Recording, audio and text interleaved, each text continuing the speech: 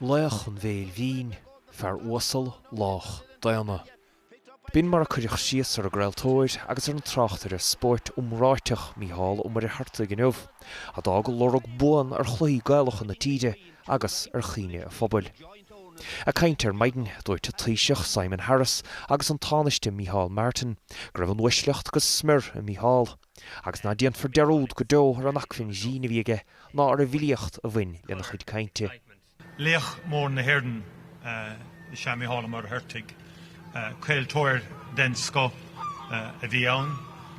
Hiag sé cos bhainte na Héarden agus bhí cos bhainte na Héarden ingrá leis. Ní léon áras go bhfuil éireacht ionta suntasach fágcha ag Mícheál Ó Muircheartaigh.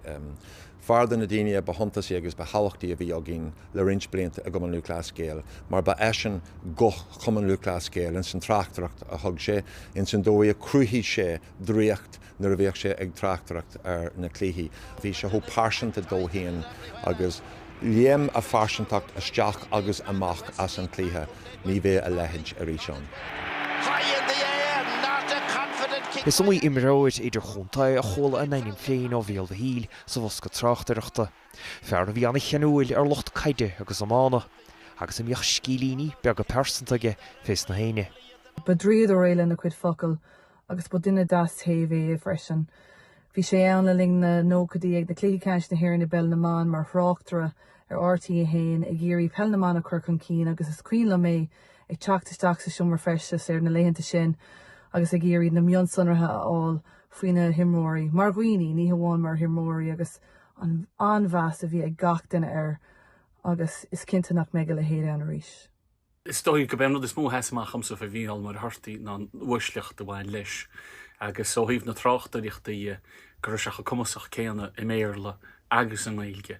Agus ba ceardaí focail le níos mó na aon rodile dhéanana te fathang go na himireirí a bhíoh amóthir a báirce agus bhíoh locht éisteachta faoh réocht aige, mar bhí se go fillete in nach tráchtaíochta, páisianta nach tráchtaíochta, agus bhí éidir drámaíocht a gcónaí baint leis, agus sin fá go bhhaithna sé goimna an naine ar feithehád.